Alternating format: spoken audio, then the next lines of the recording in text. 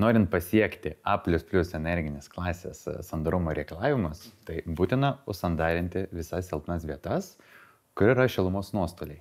Tarkim, langų ir durų perimetro jungtis. Tarpas tarp grindų ir sienos bei sienos ir lubų, jos dar kitaip vadinamas perimetro siūlės.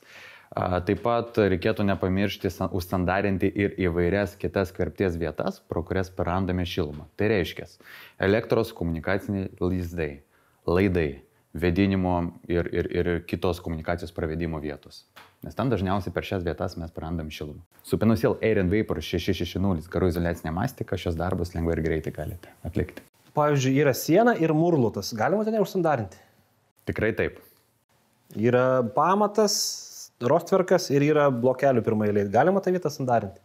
Taip, šitą vietą irgi galite sandarinti, bet aš noriu pridėti, kad pati mastika yra elastinga, fibroploštų sustiprinta, o kai susiformuoja, susidaro garams ir orų nelaidus sluoksnis. Todėl galite sandarinti net ir nelygius ir grubius paviršius. Aš pats galėčiau užsandarinti? Drąsiai, net ir jeigu esate statybų srityje naujokas, drąsiai galite visus darbus atlikti greitai ir lengvai. Kaip tas sandarinimo procesas atrodo? Tai pirmas dalykas, mastika yra tepama 2 sluoksniais. Antras sluoksnis yra tepamas pirmajam sluoksniui sustingus maždaug po 60 minučių. Juodos spalvos mastika, kai sustingsta patamsėja, pakeičia spalvą. Ir jeigu yra galimybė, prieš tepant antrąjį sluoksnį, antrą sluoksnį tepkite kitą kryptimį nei pirmąjį sluoksnį. Su kuo tepti reikia? Su teptuku. Elementariu teptuku? Paprastas teptukas, tikrai taip, ir nereikia jokių papildomų priemonių. Pakeičia spalvą dėl ko? Tai yra privalumas produkto, juodos spalvos Air & Vapor 660 mastikos, jog tai yra indikacija, tai yra nurodo statybininkui, kad jau jis gali tepti antrą sluoksnį. Tiesiog indikacija, kad jau sustingo mastika ir jau galite. Tai yra kažkoks priedas, kuris pakeičia spalvą, taip? Taip. Pradžioje, kai jūs tepate juodos spalvos mastiką, jinai būna tokia šviesios spalvos, bet kai jinai patamsėja, jinai akivaizdžiai matosi juodos spalvos. Tai net ant pavyzdžio galite matyti, kaip jinai yra sustingusi jau juodos spalvos mastika.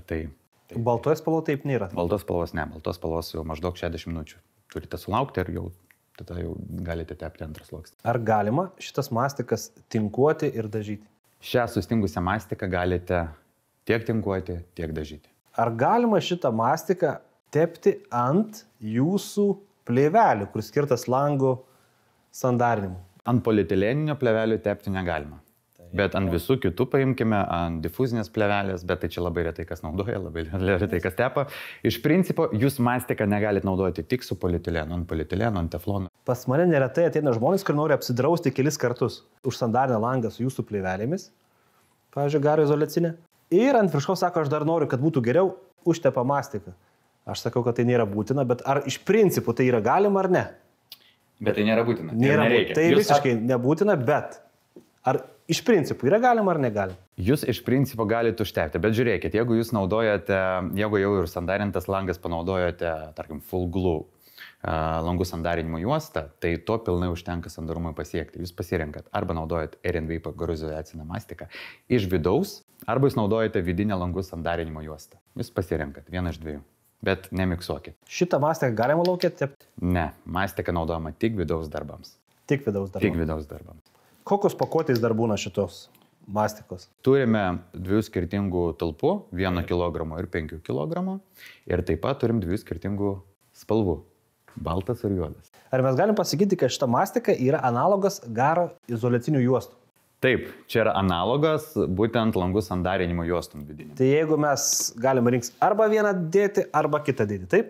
Taip, jūs pasirenkat. Jeigu, kaip pavyzdys, pas jūs yra nelygus paviršius ir jūs negalite panaudoti langų sandarinimo juostų, tai dar vienas privalumas, kad su mastika tikrai būtų darbus visus atlikti paprasčiau. Tai užtat ir kaip ir noriu privesti prie to, jog jūs pasirenkat arba vieną produktą, arba kitą. Čia yra alternatyva langų sandarinimo juostų. Daugiausia parduodame Air & Vapor 660 mastiką baltos spalvos, nes jinai yra praktiškesnė ir ją yra paprasčiau naudoti, nes jinai neturi tokio kontrasto, kai tarkim užtepi ir jinai labai gerai ant tinkuotų paviršių kaip ir tinkama yra. O juodos spalvos mastika, dar kartą pakartosiu, jinai kontrastinga, juoda spalva, bet turi indikaciją. Jos skiriasi iš principo nuo ko nors be spalvos ar ne? Nieko jos nesiskiria be spalvos.